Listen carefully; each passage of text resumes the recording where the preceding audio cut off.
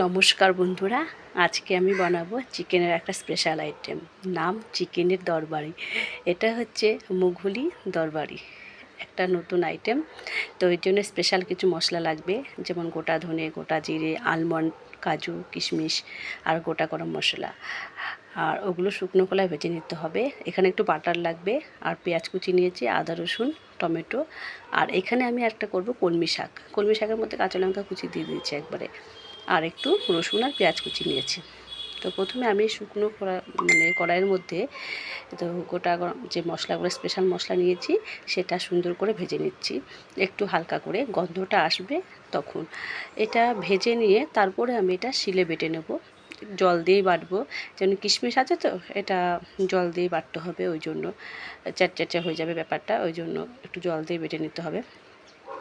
তো ভাজা হয়ে গেছে, তুলে নিয়েছি। প্রথমে আমি কড়াতে সাদা তেল দিয়ে দিয়েছি, তো কালো জিরে ফোড়ন দিলাম, আর পেঁয়াজ কুচি, একটু রসুন কুচি দিয়ে দিয়েছি। কাঁচা লঙ্কাটা আমার শাকের মধ্যে দেওয়া আছে, শাকের মধ্যে একদম কেটে রেখে দিয়েছি কুচিয়ে কুচিয়ে। একটু নুন আর একটু হলুদ দিয়ে দিয়েছি। পেঁয়াজগুলোকে একটু লাল লাল করে ভেজে দিচ্ছি, তারপরে আমি শাকগুলো দেবো। কলমি শাকগুলো বেশ ভালোই লাগে খেতে। আমার ছোটো ছেলে স্কুলের ওখানটায় এক আঁটি 10 টাকা চাইছিল, কিন্তু কালকে আমি বাঘাযতীন বাজারে গেছি, বললো 5 টাকা আঁটি। আমি জানি সাধারণত 5 টাকায় আঁটি, তো ওই জন্য ওখান থেকে আর নিইনি, এখানেই নিয়ে নিয়েছি। তো শাকটা দিয়ে দিলাম, একটু নুন হলুদ দিয়ে চাপা দিয়ে রেখে দেবো। অনেকটা শাক দেখতে পাচ্ছে, 2 আঁটি শাক, কিন্তু এটা ঢাকা দিয়ে চাপা দেওয়ার পরে দেখবেন কমে যাবে। এদিকে আমি চিকেনটা আমি আজকে বোনলেস চিকেন নিয়েছি। তাতে কী হবে, অনেকটা পরিমাণে বেশি দেখা যাচ্ছে। এখানে কিন্তু 500 গ্রাম চিকেন আছে। এটা সর্ষের তেল দিয়ে নুন হলুদ দিয়ে একটু ম্যারিনেট করে রাখতে দিয়েছি, চিকেনটা একটু চাপা দিয়ে রেখে দিয়েছি। আর এদিকে আমার শাক ভাজা হয়ে গেছে, তুলে নিলাম শাকটা। এইবার কড়াইতে সর্ষের তেল দিয়েছি, আমি সর্ষের তেলে রান্নাটা করব, সাদা তেলে নয়। সর্ষের তেল দিয়ে দিয়েছি, তার মধ্যে দিয়ে দিলাম আলু, টুকরো করে আলু কেটে নিয়েছিলাম, আলুটা দিচ্ছি। যদি আপনারা রুটি দিয়ে খান এই রান্নাটা, তো সেই ক্ষেত্রে যদি মনে করেন যে আলু দিবেন না, তো আলু নাও দিতে পারেন। আমার একটু আলুটা লাগে, কারণ ছোটো ছেলে চিকেনের থেকে আলুটা একটু বেশি পছন্দ করে, আর আমি তো আছি আলু খেতে পছন্দ করি, তো ওই জন্য একটু আলুটা দিলাম। আলুগুলোকে প্রথমে চাপা দিয়ে আমি নুন হলুদ ভালো করে লাল লাল করে ভেজে তুলে নিয়েছি। এবার ওই তেলের মধ্যে আমি পেঁয়াজ কুচিগুলো দিচ্ছি। পেঁয়াজটাকে ঠিক যেরকম বিরিয়ানির বেরেস্তা করে, ঠিক সেরকম বিরিয়ানির বেরেস্তার মতন করে ভালো করে লাল লাল করে ভেজে নেব। এটা একটু নুন হলুদ দিয়ে ভালো করে ভেজে নিচ্ছি, আর এর মধ্যে একটি চিনি দিয়ে দিচ্ছি যাতে কালারটা ভালো আসে। আজকে আমার এই রান্নাটা কাশ্মীরি লঙ্কা দিলে ভালো হয়, কাশ্মীরি লঙ্কাটা আজকে নেই, তো লাল লঙ্কার গুঁড়োটা দেবো। বেশি দেবো না, কারণ ছোটো ছেলে খাবে, তো ওই জন্য ওর জন্য একটু ঝালটা একটু কমই দেবো। দরকার হলে একটু কাঁচা লঙ্কা দিয়ে দেবো এর মধ্যে। এবার আমি এর মধ্যে দিয়ে দিলাম আদা রসুন বাটাটা। এটা আমি শিলে বেটে নিয়েছি, আজকাল মিক্সিতে কিছু করিনি, সব শিলে বেটে নিয়েছি।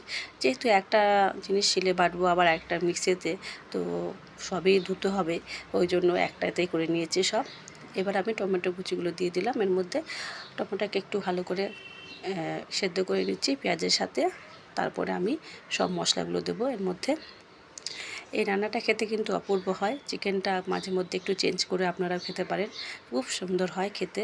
এবার আমার মশলাটা যে কষাচ্ছি, তাতে দারুণ সুন্দর গন্ধ বেরিয়ে গেছে। এইবার আমি এখানে দিয়ে দিলাম জিরে গুঁড়ো, ধনে গুঁড়ো, লঙ্কার গুঁড়ো, আর একটু জল দিয়ে দিয়েছি। দিয়ে এটাকে ভালো করে মশলাগুলোকে পেঁয়াজ, আদা, রসুনের সাথে ভালো করে কষিয়ে নেবো। এটা যতক্ষণ না পর্যন্ত এর মধ্যে থেকে তেল ছেড়ে আসে, ততক্ষণ পর্যন্ত ভালো করে কষিয়ে নিয়েছি। এবার আমি স্বাদ অনুযায়ী নুনটা দিলাম, নুনটা দিয়ে আরেকটু কষিয়ে নেব এটা।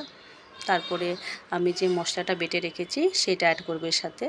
তো এখনই সুন্দর গন্ধ বেরিয়েছে। আমার বড় ছেলে বলছে, মা সত্যি রান্নাটা খুব সুন্দর হচ্ছে। আমি বলছি, হ্যাঁ বাবা, দারুণ হবে খেতে। এবার আমি যে স্পেশাল মশলাটা শিলে বেটে নিয়েছি, জল দিয়ে বেটে নিয়েছি, ওটা দিয়ে দিলাম। ওটা দেওয়াতে আরও সুন্দর গন্ধ, একটা মোগলাই মোগলাই ব্যাপার আসছে, গন্ধটা খুব সুন্দর হচ্ছে গন্ধটা। তো একটু বাটি ধোয়া জলটা দিয়ে দিলাম, মশলা লেগেছিলো তো, ওই জন্য ভালো করে জলটা দিয়ে মশলাটাকে ভালো করে একটু কষিয়ে নিচ্ছি। এটা আমার মশলাটা মোটামুটি কষানো হয়ে এসছে, আর একটু হবে। আর এর মধ্যে একটু কাঁচা লঙ্কা দিয়ে দিয়েছি চেরা, বললাম না একটু লঙ্কার গুঁড়ো কম দেবো, কারণ ছোটো ছেলে খাবে, ওই জন্য একটু কাঁচা লঙ্কা দিয়ে দিলাম। ও খেতে ও যদি একটু ঝালটা কম খায়, তো আমরা কাঁচা লঙ্কা দিয়ে মেকআপটা করে নিতে পারবো। তো মশলাটা অনেকটাই কষানো হয়ে গেছে বেশ ভালোভাবে।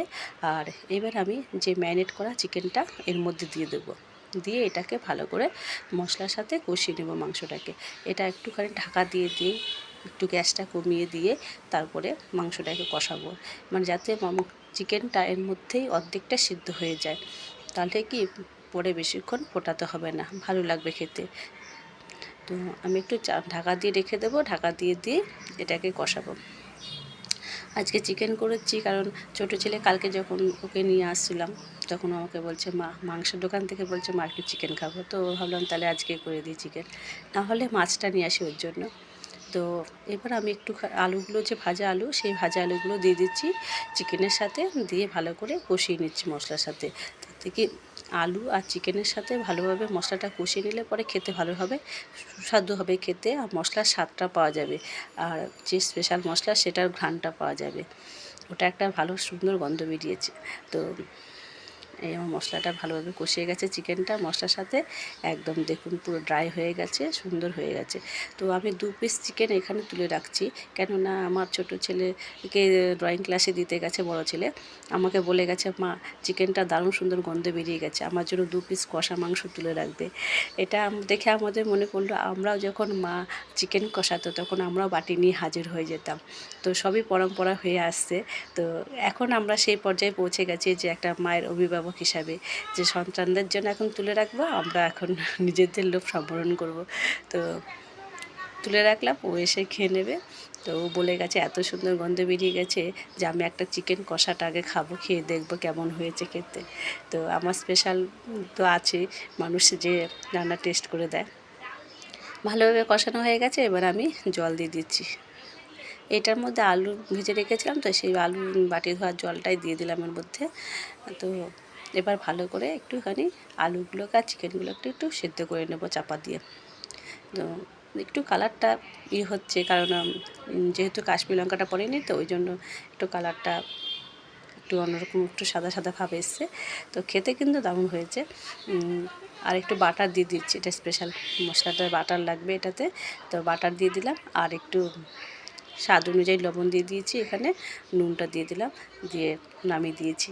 তো কেমন লাগলো বলুন, যদি ভালো লেগে থাকে তাহলে অবশ্যই একটা লাইক করবেন, পারলে কমেন্টস করবেন, শেয়ার করে দেবেন, আর আমার চ্যানেলটা সাবস্ক্রাইব করে পাশে থাকার অনুরোধ রইল। সবাই ভালো থাকবেন, সুস্থ থাকবেন, সাবধানে থাকবেন, টাটা, আসছি।